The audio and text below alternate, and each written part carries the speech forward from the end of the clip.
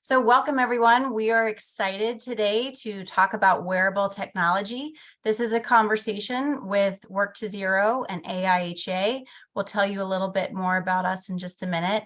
My name is Kate Crawford. I'm the Senior Research Manager with Work to Zero here at NSC, and we are looking forward to having you here today.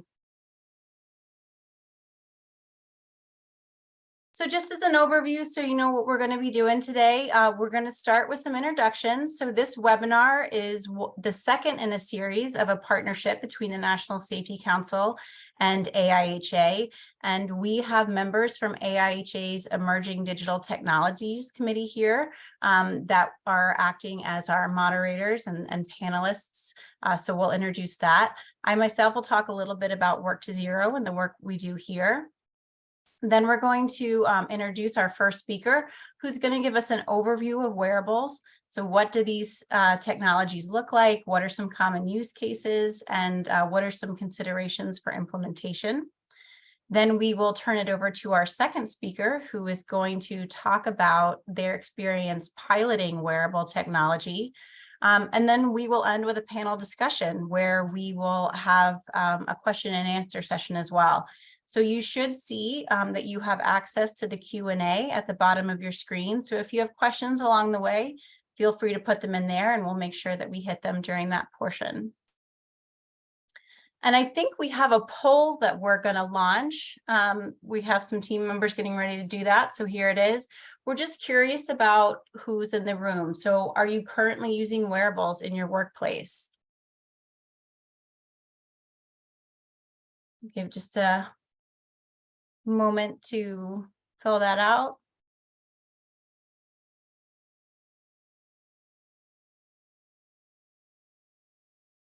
All right.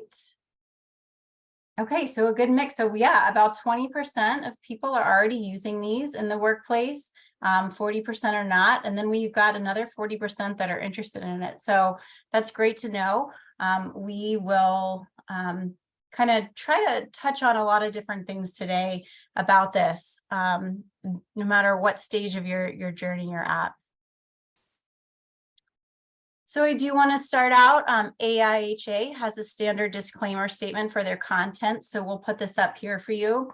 And I'll say in general, the purpose of the webinar today is we're really trying to talk about the implementation process with these technologies. So we're not here to endorse or pitch any particular type of technology. The focus really is on what do health and safety professionals need to think about when implementing this technology. What does that process look like? Can we share stories with each other to understand how that process goes? I'm very excited to introduce our speakers today and our guest moderators. So Mike Groh is the Director of Health and Safety at GE Appliances. Mike is also currently the chair of AIHA's Emerging Digital Technology Committee. We also have John Svager, who is the Director of the EH&S at the New York Blood Center and is the past chair for AIHA, Emerging Digital Technology Committee. So we are very excited to have them here today to hear about their expertise. We also have Sarah Bellini-Ross, who's the project coordinator for SAFE Corporation. Sarah has a lot of experience in her role with helping employers implement these types of technologies. So she's going to talk a little bit about that. And then we will also hear from Paul Abrams, Senior Vice President of Enterprise Health and Safety at NFI, who is going to talk about his experience piloting wearables at NFI. So I will turn it over to John, and he is going to talk a little bit about this committee. So John, do you want to go ahead? Yes, thank you so much, Kate. I'm John Svager, and I'm as she said, the Director of Environmental Health and Safety. I actually joined the predecessor to the EDTC, which was the Computer Applications Committee. And the committee had focused on software evaluations that of IH and EH&S software that was out there to talk about its characteristics and what its uses were. We also sponsored many PDCs at the national conference, talking about how to use applications such as Access or Excel. In addition, one of our members has been very leading edge on new technology and introduced the Apple Palm Pilot before there was such a thing as a Palm Pilot, and then how to use it for field work as a backup if you don't have your instruments with you. And the committee has put on technical sessions because as the focus of the new name is the EDTC, and then it's the Emerging Digital Technologies Committee, and that's a little hard to pronounce, so that's why we go by EDTC, is to make sure that as new technologies such as wearables, et cetera, are made available for the health and safety community, that our members feel comfortable on how to use it, know its uses as well as its limitations, and hopefully that drives better OEHS outcomes at their workplaces. So that's pretty much it. And I'm going to turn it over back to Kate so we can continue with this. Thank you. Great. Thanks, John. It's great to hear about your committee. And we have a link in the chat for more information if you're interested to learn about what they're doing. So I want to talk just a little bit about Work to Zero. Work to Zero is a grant-funded initiative within NSC. We are primarily funded by the McElhatton Foundation, and our goal is to eliminate fatality risk with technology. So we were really excited to start partnering with AIHA and with the Emerging Digital Tech Committee to help provide content and resources to OEHS professionals who are interested in this kind of work. So specifically at Work to Zero, we aim to help employers adopt technology solutions. We like starting out with this photo because you can see that we've really come a long way in our safety approach. So when we're thinking about work at heights, you know, over time, all the things that we've done to control these hazards, help mitigate this risk. But safety technology offers us an opportunity to actually eliminate that risk if we can keep a worker's feet on the ground. So that's kind of how we're thinking about this. That's what Work to Zero wants to help with. We want to make innovation more accessible for employers and really kind of enable them to achieve better engagement with their workers and through using these technology solutions to reduce risks. And so we've developed a kind of a set of tools and resources to support employers, and we think about them in relation to these 5 steps. We call this our safety innovation journey. So when you're going through looking at safety technology solutions, we talk about first assessing your risk, then you need to identify tech solutions. We have a step about determining your readiness, which is really kind of looking at your organization and your workforce and figuring out how you're going to implement these things, making the business case, and then of course the roadmap. So when you're ready to go, what steps do you need to take?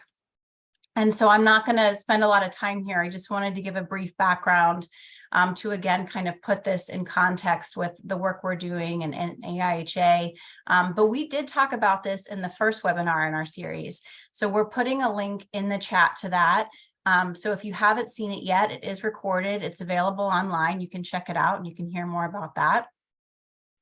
And then the other thing we're going to do real quick is we're going to launch another poll because we're interested about what is the biggest challenge that your organization faces when it comes to these kinds of safety technology solutions. So what are your challenges to innovation? Is it your ability to identify the right technology, build a business case? Maybe it's concerns about data privacy or how to manage this data, mindset and readiness, and employee buy-in and support. We'll give that a moment.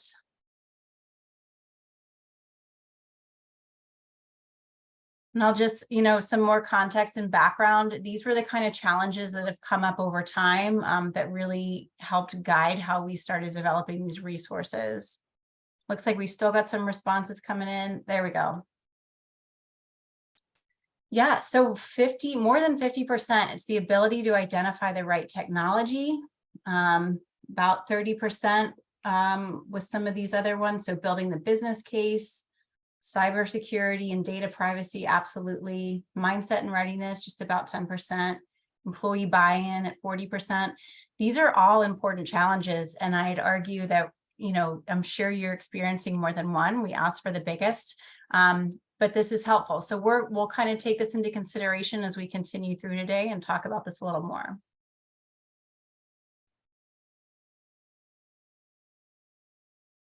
One of the things I'll mention briefly, so this kind of comes in with that step 2, identifying the right technology. One of the things that we do at Work to Zero is we try to offer resources to help you learn a little bit more about these different tech solutions. So when it comes to wearables specifically, I just wanted to point out, we do have a white paper that does a bit of a deep dive into wearables specific to fatigue monitoring. So it'll go in there and it talks about some use cases, some benefits, but also those barriers to adoption, the limitations of the technology, try to kind of paint the full picture of things that you need to consider when looking at these. Another thing that we do is we try to put out case studies. So we talk to employers who have been piloting this technology, ask them about, what was the risk they were addressing, what are the successes and challenges they experienced, lessons learned. We find a lot of times that the workplaces we talk to, this is the kind of information we want. Really, like, how did someone else implement this? What did that look like? What can I learn from them? And so I'm really excited today. We have one of our case study partners, Paul, is going to be talking about that as our second speaker. So he'll be able to kind of give you a little more information about that. But first up, I want to introduce Sarah Bellini Ross. As I said, she's the project coordinator for Safe Corporation, who's got a lot of great experience with using some of these safety technologies herself, testing them out, and then helping employers implement them. So I'm excited to introduce Sarah. She's going to talk about some use cases and some considerations for implementation. Great. Thank you so much for that introduction, Kate. For those of you that aren't aware, SAFE is Oregon's not-for-profit workers' compensation insurance company. We've been around since 1914, taking care of injured workers, helping people get back to work, and most importantly, helping keeping workplaces safe by focusing on workplace safety. For 5 years, I went around the state of Oregon and I conducted learning launches where we deployed emerging technology with real Oregon businesses. We tested things from wearable technology to telematics to proximity sensors, exoskeletons, and virtual reality, plus many more, with our goal to really learn and understand what does it truly take to implement and adopt emerging technology with real-world businesses and high-risk industries all across Oregon. So today I'm going to share a couple of the things we've learned during our safety innovation journey, and I'm going to provide a high-level overview of wearables and some tips of how to improve safety along the way using an innovation mindset. So as we get started, we're going to define what exactly is a wearable. Go ahead and one more click, Katie. So as we know, a wearable can be a really, really broad definition in the context of safety. Some wearable definitions include things like exoskeletons and virtual reality, but for the purpose of today's discussion, we're going to focus on wearable devices that have some sort of a sensor that are worn on a person's body that's collecting some sort of information that's going to help identify or quantify a risk. So why wearables? Well, we know that wearables are one of the most promising solutions to eliminating or reducing risks in the workplace. It's a data-driven approach that's already started to revolutionize occupational safety, leading to improvements in worker safety, workflow, safety process automation, and compliance. It's predicted that wearable safety is going to be a $24.3 billion industry by 2029. So, how are people using wearables? Well, it's a very, very, very broad category. A lot of the wearables were just developed and designed to solve a problem in a specific industry and now have grown to provide a multitude of different functions. This is just a brief example of the wide range of options available. There's a lot of different categories. Most wearables will collect some sort of environmental, motion, spatial awareness, or biometrics data, plus GPS, some collect voice and other functions to kind of solve those business needs. It's a very vast category ranging from really simple monitors that maybe only have an alarm to whole cloud connected networks of devices that can do gas monitoring with other monitorings, feed into data systems, and really optimize that safety workflow. We know that people are using wearables in industrial environments for a multitude of reasons. It helps to be able to monitor the psychological and physiological factors of employees, it gives you opportunities to enhance operational efficiency, and it also helps you promote a workplace safety environment and work to improve your workers' health through better awareness and data. So, are wearables the new frontier in our ergonomics? That's the question that we were trying to answer at SAFE. We wanted to know how ergonomics could work for us. We've tried a few different ways with wearables to really understand how does it work with users? What is their desire and is it helpful? We also wanted to learn how do wearable devices help our ergonomists when it goes to doing field ergo assessments. And then we also assisted a business in adopting wearable devices with their team, and we helped them to test the wearable device to determine if it would fit their business purposes of capturing that environmental noise and ergonomics data. I have a quick little video from one of our wearable participants based on sharing his experience.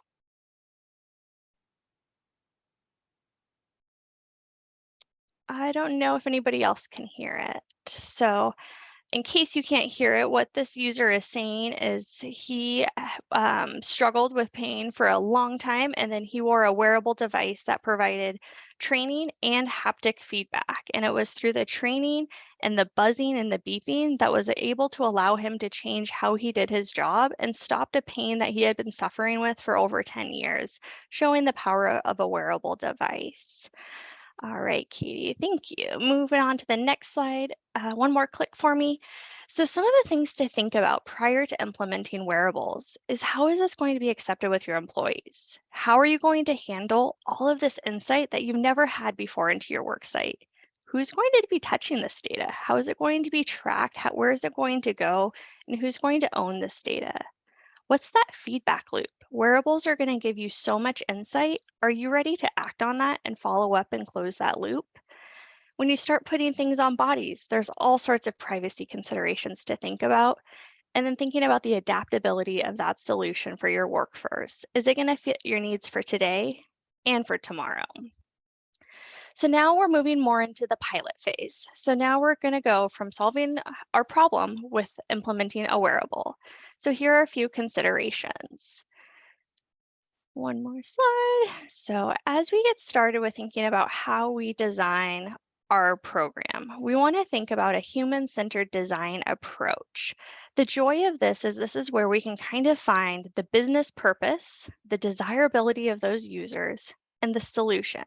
Ideally, we want to find the sweet spot where we find a solution that's desirable for our employees, that fits our business need, and has all the functions that we need. And to get there, we have to do a little bit of work. So let's move on to the next slide. So what I've done is I've taken a human-centered design approach when implementing emerging technology. We sit down, we really think about what's our goal. Then we spend a ton of time in this problem space. We spend more time really truly understanding what is the problem that we're looking to solve before we ever move into the fun space, which comes next, the ideation phase. This is where you have your brainstorming hat. You start looking at all the fun new ways that you could potentially solve your problem. And then you start getting into the solution space. You determine what needs to happen and what's actually viable. Oftentimes, I see businesses start in the ideation phase and go immediately to the solution space. They've skipped over that problem space and they lose some of their strategy when they do that, which is why I spend so much time really defining that problem. Go ahead, Kate.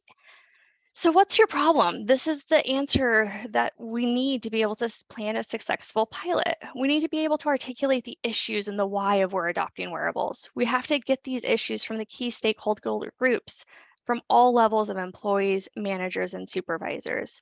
We need to know the data and the feedback of the why. We need to know why are we solving these issues and are they in the right priority? And we're going to use that information collected to create a really good implementation and change management plan for implementing the wearable device. What we know through this quote, if you give me one more click, is in order to get to know the new solutions, you have to get to know different people, different scenarios, and different places. And this is exactly why piloting brings you so much value and power. Go ahead, one more slide. So we're going to innovate through piloting, and go ahead, you can click all the way through. We're going to learn by doing. Sometimes you just have to get started to understand the challenges. You need to find the right people. You need those curious employees, not those negative Nancys. During your pilot, you're going to really be able to understand the true usability, how the system integrates, and how scalable is it within your system.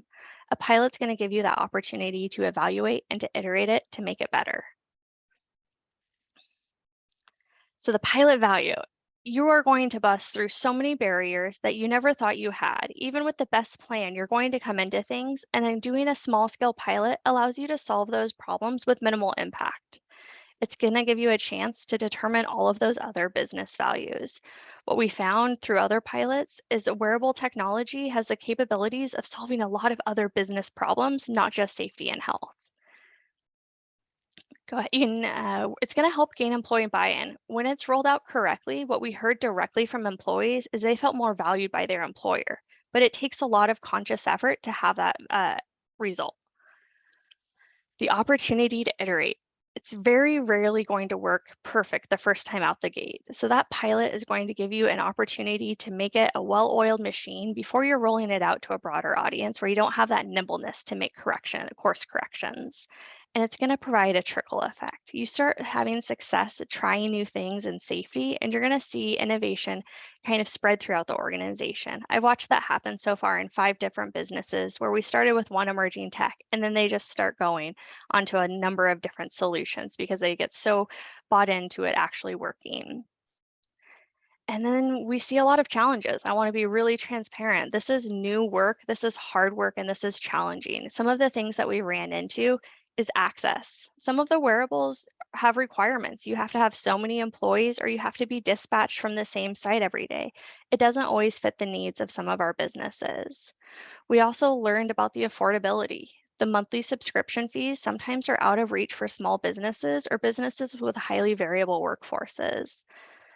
I apologize for the formatting. They were really pretty till we merged them. We also struggle with the compatibility. Not all wearables talk well with all of the other systems businesses are using. So sometimes it makes more work when it should be really helping to make less work.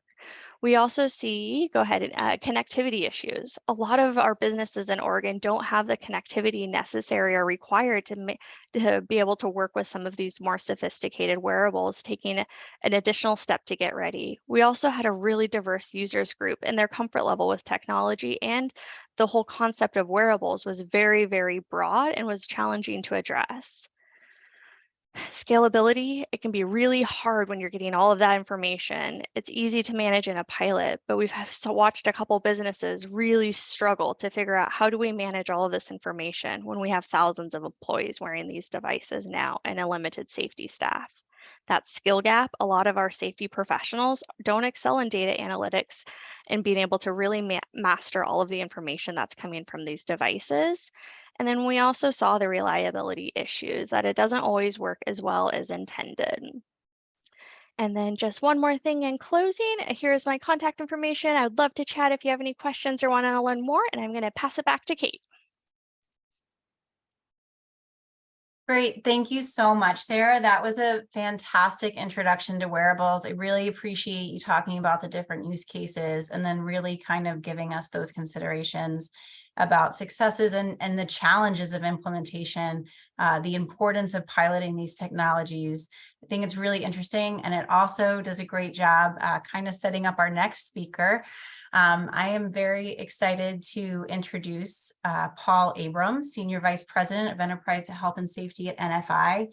As I said, Paul actually worked with us on a case study to talk about this experience. So especially after we just heard kind of those big picture ideas about piloting technology, I'm really excited to have Paul come in and tell us about this experience that he's having. I feel like it's a unique opportunity to talk to someone who's at this stage of this journey. So Paul, welcome, and thank you so much for sharing your time with us. Okay, thank you for having me. Sarah, great job. A lot of definite correlation between your points and mine. Kate, I loved your disclaimer at the beginning. I'm not an attorney. I don't have a disclaimer, but I will throw this out there. I would say our questions at the beginning and even the questions we have now are no different than anybody on this call. I'm not going to claim to be an expert. I'm not even going to say we're perfect. But what I will tell you is I am very proud of the process we put together. And based on the fact that 80 people on this call are not using and are interested, hopefully you can learn a little bit from our journey. And the second poll was really helpful for me. There were 5 questions. The first one was right technology. I'm not even going to touch on that. I'm not a salesperson. I'm not going to talk about that at all. But points 2 through 5, developing a business case. I hope as I go through our timeline, I can help all of you in that 80% find some commonality that will help you build your business case. Are there cyber threats? I will assure everyone on this call, our VP of data security was the second person I talked to when we started this process. And he was very involved in our contract and in talking to the tech people just to make sure that there were not any vulnerabilities. The fourth poll question, I believe, is the most important, and most of my discussion will be related to that. Mindset and readiness. I've said many times, if you're just going to buy a wearable and slap it on an employee, don't waste your money. I believe you need to have a solution that's very well developed and planned and implemented. And the last one was the employee buy-in. That was the 5th question in the poll. And Kate, I couldn't write down the percentages that much, but I think the first one was the highest, the right technology. The employee buy-in is critical. And I think as I talk through our process, that should help learn some of our successes and our failures. I believe Sarah touched on this as well. You know, when we go in and do a rollout, our corporate team comes in, we do the big meeting, we invite everybody, but once we leave, the site manager is critical, but that ops manager that's on the floor below that ultimately responsible individual is the key, because they're the one interacting. So that's the level that my team spends the most time with. So if you can go to the next slide, please. So I'll kind of take you through very quickly where we were, where we are, and where we believe we are going. So our company's been in business 90 years. We're privately owned, and our values are critical to us. Since we're family owned, safety is really a value that's truly ingrained in our DNA. So back in 1718, we made the decision that we wanted to evolve our safety program. We are very good at compliance, but we really wanted to get to a behavioral standpoint where we went from punitive to positive and reactive to proactive. And that journey has been going on, and we've seen some really good success with that. So in 2019, I took over the role of Vice President of Organizational and Behavioral Safety. I was able to bring a director on in October, and we started really just writing a whole behavioral-based safety mindset. And that was a word that was in that poll. And here are the things we focused on. We wanted employees to understand why is safety important to them, right? We did utilize the accident triangle, and I realize that there's some controversy around that, but I look at it as an illustration, not an algorithm, right? If we can control items at the lowest level through a leading indicator, then we can help prevent, which is the work to zero goal, hopefully those fatalities, we can stop them from happening. Very early on, during one of the first meetings we did in California, I was presenting to a small group, and 4 words kind of just rolled out. It was positive, it was preventive, it was proactive, and it was predictive. And those first 3 Ps, I felt like we were really good at. You know, how do we be more positive with the employees? How can we prevent things through being proactive? But how can we be more predictive? We have the best lagging indicators, I think, in the business. I could tell you everything that happened, when, where, and why, but how do we get in front of things before? So that predictive area was one that was very interesting to us, and wearables have helped us get there, and I'll explain that shortly. So moving on in the timeline, we all know what happened in 2020. We had these great goals of a full-fledged behavioral-based safety rollout. Myself and my team ended up managing our COVID response. So in my mind, I'm saying, oh, this is terrible. We're losing so much ground on behavioral-based safety. And we had a very positive unintended consequence where people really began to lean on us for guidance, and the trust factor rose incredibly. And we had a lot of credibility with our customers. So as things started to open up a little bit in 2021, and we had an opportunity to invest in some innovation, we partnered with our broker, Connor Strong and Buckaloo. They helped us identify a technology, and we used our data, that lagging indicator, to help identify a few sites where we thought that we could really make some impact. And I mentioned early on, we believe that this is a solutions-based approach. And I said early on, don't just slap a wearable on and think you're magically going to have improvement, because you're not. So what has our process been? So our process has been, we utilize the wearable to give us an indication of a potentially at-risk individual. Doesn't mean they are, doesn't mean they got hurt, doesn't mean they're going to get hurt, going back to that accident triangle, but it tells us based on data that there could be a potential increase in the likelihood of something occurring. When that occurs, we go out to the floor with that ops manager level that I talked about and have dialogue with the employee. It's very simple. It's a behavioral-based safety observation, right? And once that's done through our insurance broker, we did some extremely impressive MSD training on proper lifting philosophies, and we reinforced that at that level. So what have we seen? So we've had very, very good success over the past couple of years in reducing our incidents, but at the sites where we married this approach with those three key areas, we saw a reduction in our MSD injuries 20% greater than an already very impressive reduction.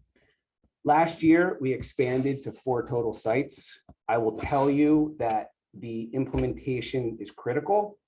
The way we roll this out, and I would challenge everyone to think about this the same way, either myself and or one of my 2 VPs that either run the transportation side of the business or the occupational health side of the business are with me. We put people in a conference room. We spent a lot of time explaining what are we doing and why. No, we're not tracking you. No, this isn't for productivity. No, I don't care when you're going to use the restroom. This is to help us identify if you may get injured based on the data we're collecting, so you can go home to your family in the same condition you walked in the door. Taking the time to really show people the information, share with them what the dashboards look like, has been incredibly successful for us. And we have a third-party employee survey tool that we utilize. And we have literally seen in 2 of the sites, our employee engagement related to safety go up to 100%, which we couldn't believe that it rose that high. And I was just at one of the sites 2 weeks ago, week and a half ago, and I could feel the energy and see how the culture has improved just by having that positive engagement and by showing the employees that we really care.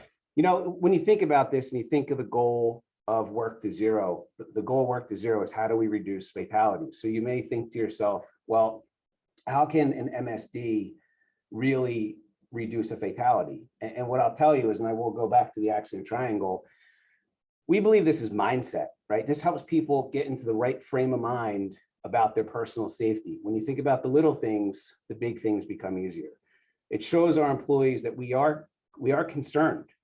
We do care, right? It helps us reinforce to them why safety is important to them, because our site managers know a little bit about their family and what they are excited about. And our industry is incredibly dangerous. National Safety Council put out a couple months ago the 3 most dangerous industries in America, and transportation and distribution is in that. And I just ran some data for our behavioral-based safety observations, and somewhere in the country, every 6.5 minutes, there's a documented observation going on. In an industry, when I know, unfortunately, 3 people per day are dying. So you take that positive interaction for safe behaviors, you couple it with coaching and feedback on the unsafes, and hopefully people are starting to think about safety in a little bit of a different way. So where are we now? I guess I could say we're kind of jumping from the pilot to pilot plus, if that's a thing. We're adding 2 additional sites very, very quickly. One of which was at the request of our customer, which was very exciting. We had one of our customers involved in a rollout, a peer of mine that we share information with, and they were very, very impressed with how this is helping. And this is ultimately helping us get from a lagging indicator focus to a leading indicator focus, because we can really see where there's challenges before they begin, potentially, because again, the technology is not perfect, but it's directional. It's kind of like a compass, not a GPS. So with that said, again, we're not experts, we're not perfect, but this has been a very positive pilot for us. I think as we move forward, we're going to continue to look for additional opportunities where they make sense. And Kate, with that said, I believe there's some questions, so I'm happy to move on to that if that's appropriate. Yeah, absolutely. And I'll have Mike, if you want to come in. Mike is our moderator. All the panelists, if you want to come on video, and Mike, I'll move to the next slide. And there we go. We'll get started with the Q&A. So as a reminder to the attendees, put your questions in that Q&A box and we'll keep an eye on that. And Mike, I'll turn it over to you to get started. Thanks so much, Paul. Great job by Sarah and Paul. Really excited to be here to really get us into the discussion and the Q&A, because I think this is just a really interesting topic. And again, just with each of us has a little bit different experience, and certainly I'd love to I'll say get some additional feedback. I've got some questions for the panelists, and I guess where I'd like to start, just in listening to both presentations, I kind of want to ask both Paul and Sarah, what was the most challenging part of your I'll say your problem identification, your ideation, and your testing and piloting? So I guess starting with Paul, what was your most challenging part thus far? Yeah, great question. So I would say our most challenging part is that early employee buy-in. And Sarah, you used the term human-centered approach. I love that. That has been our 100% focus. So the way we got past that, because I was more worried about it than it was a reality. So I think the solution and the process and the rollout being completely transparent, opening up the laptop, putting it on a projector and showing, look, this is what we're collecting. This is what we're doing with it. This is why we're doing with it. It took a couple days, but there was really no fallout. So I guess, I don't know if I fully answered your question. My biggest perceived problem really wasn't overall. Here was the hardest thing: connecting to the guest network, right? Figuring out, because our guest network has a splash page where you have to put a username and password. So people way smarter than me figured out how to bypass that. So that's why I got IT involved very early, and they fixed it. It wasn't an issue. I had them on standby during the rollout, and within like 8 minutes, they had it fixed. So it's been very smooth. Great. Thanks, Paul. Sarah, how about you? Yeah, from my experience with implementing and deploying wearables, the biggest challenge that we run into is this isn't anybody's full-time job. So most people that are in charge of running these pilots, they are already really, really strapped for time. And so those day-to-day responsibilities and other competing priorities can make it really challenging to make the progress that you need to be able to define that problem and to be able to get the leadership support and buy-in that you really need to be able to move forward successfully. Project management and change management are absolutely really helpful to be able to better address those steps. And that's what we found to be really helpful to kind of get some of that work off the ground in a relatively formal way to be able to help move things forward. Great. We've got a couple questions here on the Q&A. Let me start with the first one. What selection criteria did you use to choose technology? And I guess, certainly Kate, Paul, John, if you want to weigh in as well. So I partnered with our insurance broker. We have a very close relationship. They've done a lot more research than I did. And that was the best approach for me. Okay, great. All right. Another question for our panel. Before you move on, Yeah. most importantly, you have to find out if it's durable, because you're releasing it to people to walk away with it. They have to understand, that it's important to protect it. And the other thing is, as Paul mentioned, and Sarah did, making sure that your systems are compatible. And what happens, how does a person know if all of a sudden they've lost contact with the network? So I think those are some considerations. And of course, look out for information in publications such as the Synergist or on the NSC webpage for people that have actually used it, so you can reach out and find out, how difficult it's really going to be, so that you can put the best business case forward. Agree. And I'll add 100%. too, it's not like a one set of questions for everybody. It really depends on the type of technology you're looking at, and it has a lot to do with your specific workplace and your environment. So, do you need devices that are intrinsically safe? How are your people going to be wearing it? How many different people are going to be wearing it? So I think a lot of it, in terms of looking for those technology solutions, we try to provide some resources that'll help you start having those conversations, things you need to think about. But it's really going to be a discussion with different solution providers and having a very clear understanding about what your needs are, where these kind of technologies will be used, and things to consider. Great. And certainly, I'm seeing, a few more questions here in the Q&A, and, the one at the top of the list was on mine as well. Just from a, employee concerns over data privacy, personally identifiable information, just where's the data going? And I think, Sarah and Paul both kind of touched on that. We're not there monitoring when you're going to the restroom, I think, as Paul said, but it's critical, because unless the employees understand where it's going and how it's being used, it's going to be a very tough sell. Yeah, I'll hop in and jump in on answer this one first.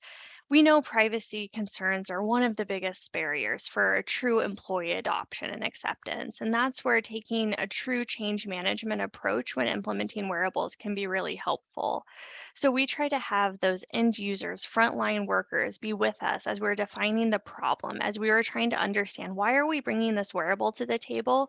We were getting their thoughts, we were getting their ideas of why they wanted to solve that problem.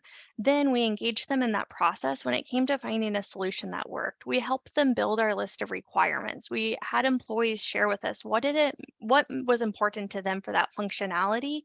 And then once a solution was identified, we were very transparent with what it was collecting. This is where there's a lot of variation in safety wearables. Some don't collect any biometrics data about yourself. Some don't collect any GPS data. So it's really kind of in that opportunity to find the right solution that's going to fit your problems and work with your employee audience. This is also where safety culture is absolutely critical. It is really hard to implement and test new and emerging technology if your safety culture isn't there yet, because you need to be able to kind of have all of your basic functions taken care of before you start going into this new and kind of more complicated area. Great. Anybody else want to chime in on this before I move to the next question? Well, I think one of the things that about the data is that, it's been a long-standing thing with digital information, that garbage in gets garbage out. So you need to set your parameters. You need to make sure that you know what you're looking for, so that you don't end up with so much information that it becomes gibberish on you. Okay, thanks.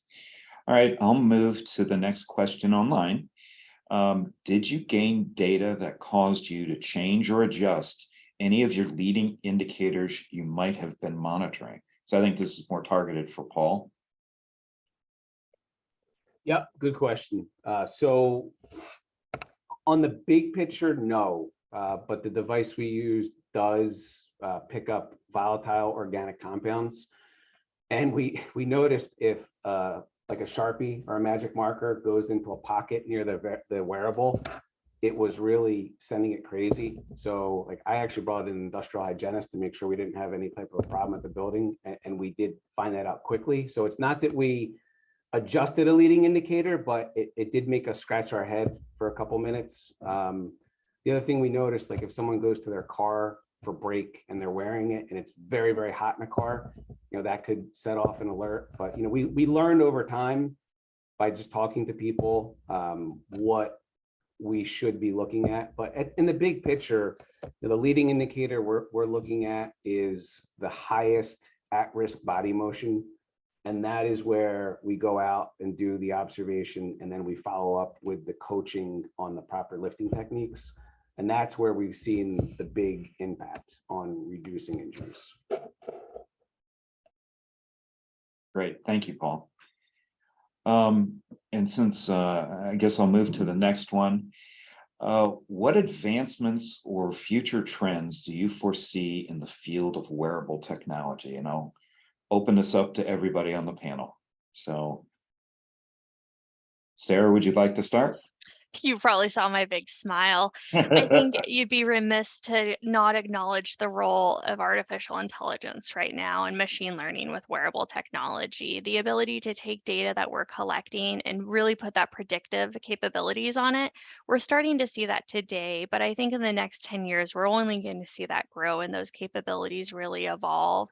The ability to share data, I think, is going to get easier and easier over time. Right now, it can be pretty complicated to export some wearable data into your normal work systems. As more and more things are moving to the cloud, I think that's only going to get better in the next few years. That will really help accelerate that adoption of wearables.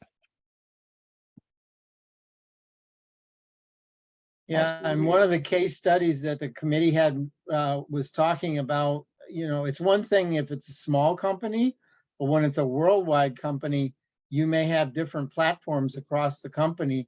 So again, like Paul said, you really have to involve your IT people to know if it's going to actually be able to be implemented across the company or if it's just going to just be case studies. And another thing, when I was at the conference, I was at one of these wearables. And just to give you an idea of future things that can happen, for heat stress monitoring, really the core temperature is really the only real gold standard on if somebody's under heat stress. So they had swallowable sensors that were quite expensive. And so the person that was conducting the study got to fish them back out. And I won't tell you how he got them, but fortunately now the beauty of technology is don't give up on it if it seems like it's going to be a tough lift or that it's too expensive. Come back later, because remember that all technology reduces in cost over a couple of years and also becomes easier to use. So if your first chance at it doesn't look like it's going to work out, make sure you keep checking back to see where the status is of the technology. I'll add too, I think we kind of touched on this, but a lot of these sensor technologies, we might start seeing more multi-sensor technologies. And so we're collecting more data. And I think what I'd like to see in future state is more, maybe touching on what Sarah said, is how do we process that data? And I'm hoping there's more development about what we do with all that, because we potentially are going to develop the capabilities to collect so much, but then it's how do we process that? How do we analyze that? What do we do with it? As IHs, as OEHS professionals, how do we learn how to deal with all that data coming in? It's a lot more than what we've seen in the past. Yeah, and I think Sarah's point is really spot on. Because we've done a fair amount of testing and piloting things in our company, and one of the challenges was, what are we going to do with all this data? And I see the advent of AI is absolutely critical, because a few years ago we couldn't handle it. And that's why we paused that, a telematics one. But again, really important. And that is the future. So another good question here, how did you really select your employees? Were they volunteers? Was it through safety committees? Or, how did you select the folks you were going to be testing So or using the wearables? Sorry. not that great question. So we did limit this to our distribution side of the business.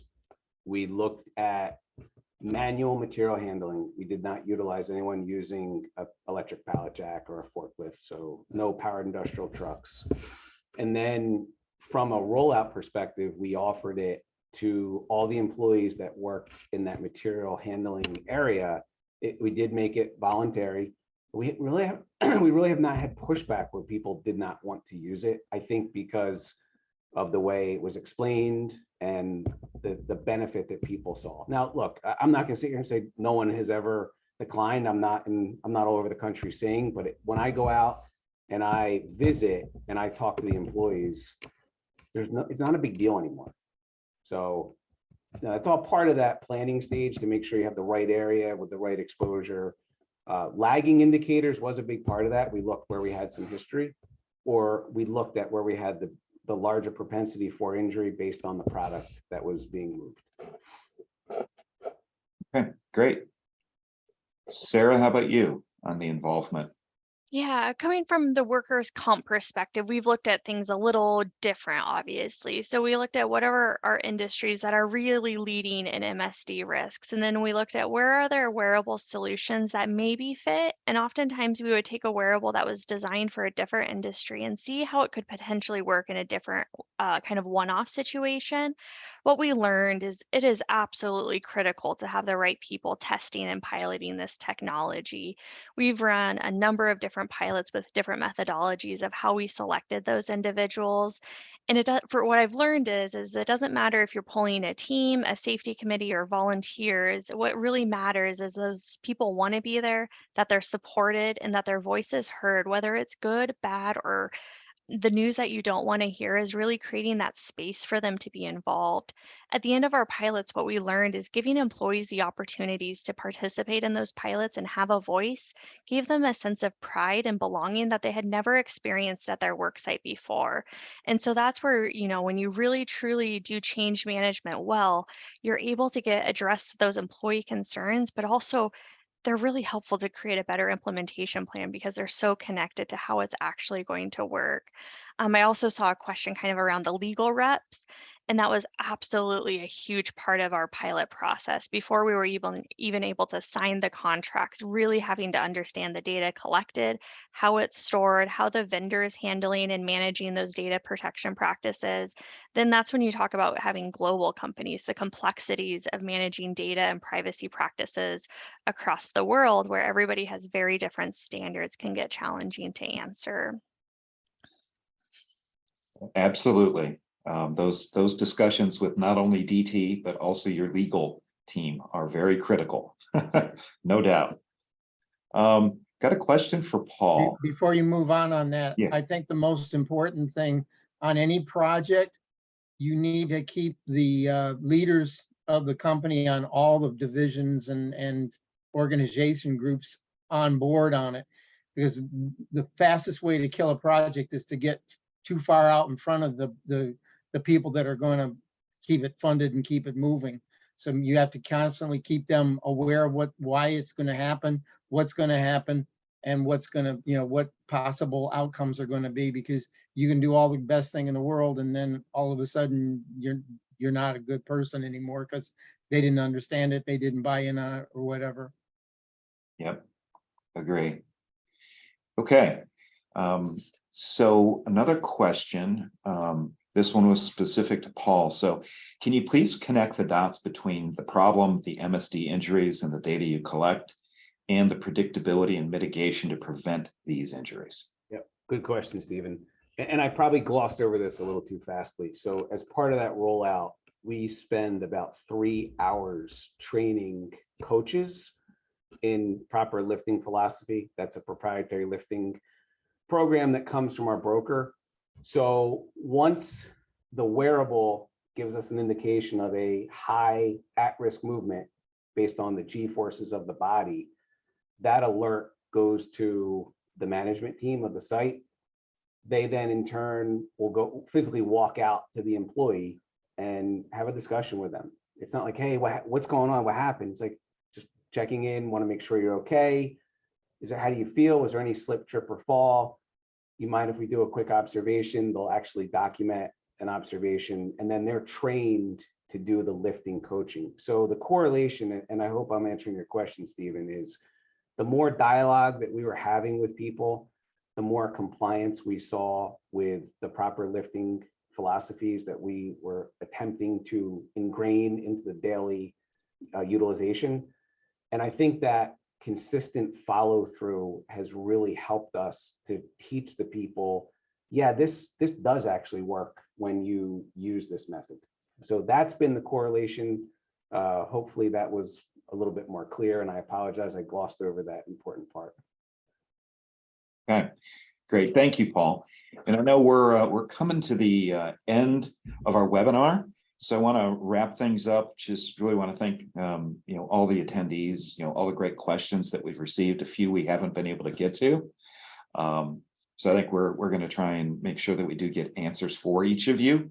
So really appreciate those questions coming and your attendance. And I'll turn it back over to Kate. Thank you so much, Mike. That was a great discussion. Really, I second that. I appreciate all the great questions. Our panelists, our moderators, thank you so much. I think we could keep talking about this for a while. I think all of us really are interested in these discussions. So I appreciate everyone's participation.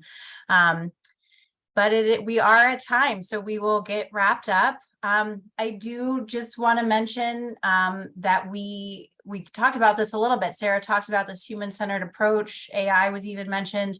We have a webinar coming up next month. So if you're interested in that, we can continue the conversation in that space. And we will, I think, put a link in the chat for more information on that.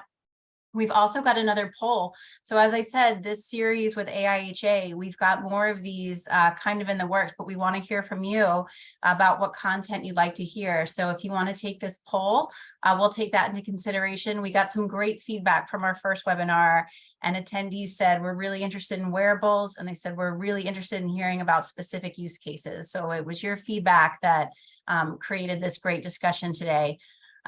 So thank you so much. And I think we'll wrap it up there. Another thank you to the speakers, and we hope to see you again soon.